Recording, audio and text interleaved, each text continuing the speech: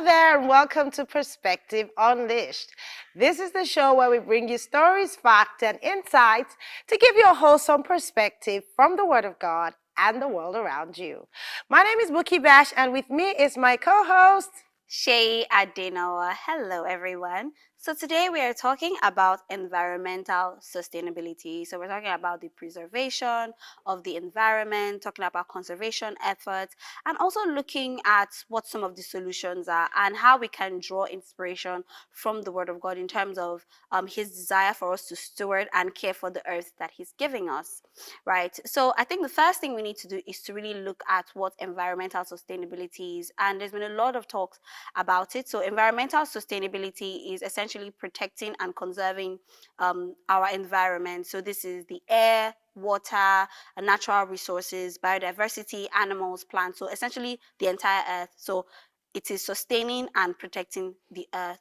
And it sounds very noble, like a very noble cause. However, what we experience today is a lot of like fear mongering, and where you would hear things such as the ozone layer depleting, the earth is overheating. We need to start exploring space travel because the earth will soon become inhabitable. Climate change, uninhabitable for humans. The oceans are drying up. There's a food shortage. So we hear a lot of like really negative things about the earth. And even though we are going to acknowledge that yes, some of these things exist, however, they do not exist because of a lack of resources, but because of a mismanagement of existing resources that God has given us. Can it be reversed 100%? That is where our conversation and our stewardship as Christians come in, right? So we understand that when God gave us this earth, He gave us everything for life and godliness to exist, to flourish, to thrive. Everything that we need is enough in abundance. Our God is a God of abundance. He is He's a God of endlessness, right? He doesn't have any end. He doesn't have any boundaries. And guess what?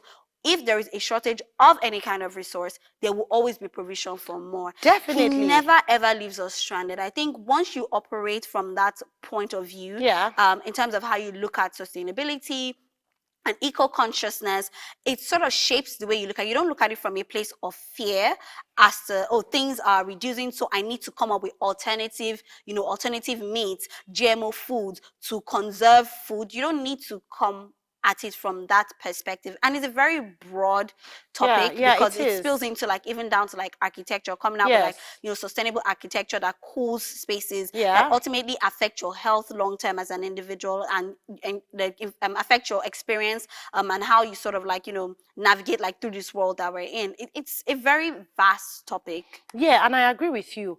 But then the thing is, there are certain practices that are termed sustainable to help maintain the environment. But what I find is that sometimes these so-called sustainable practices are fueled by certain agendas. Yes. Some are quite good, some are quite correct. But then there are some times where a system or a, how would I put it now, a system, let me say, is hijacked by the deep state or by certain bodies that have their personal agenda. And then in the guise to say, oh, we're protecting the environment, then they're doing harm. Now, there's this concern about carbon emission and stuff like that, and saying, okay, this is good and this is not good. From the way I see it, if you look at naturally, now human beings exhale carbon, and then we inhale oxygen. And then the plants do the opposite. Now, that is done by design, because God is a perfect designer. Yes. And then He has designed it in such a way that as we are bringing out the carbon, the plants are absorbing it. And so if we say, oh, there's so much carbon emission, in fact, for me, I think the logical thing is not just to get more plants around you. Exactly. And I think that's why absorb the carbon. I think that's why one of the first few instructions that Adam was given in Genesis was to tend to the garden, to tend to the earth, to plants. Because at the end of the day, these plants are not only there for food, but it's there to make earth livable, cooler. So the overheating, yes, they will show you the statistics and show you that, oh, we're reaching an all-time high in terms of, the degrees of heat. So many heat waves. Nobody's saying those heat waves don't exist. Nobody's saying that it's not the all-time high.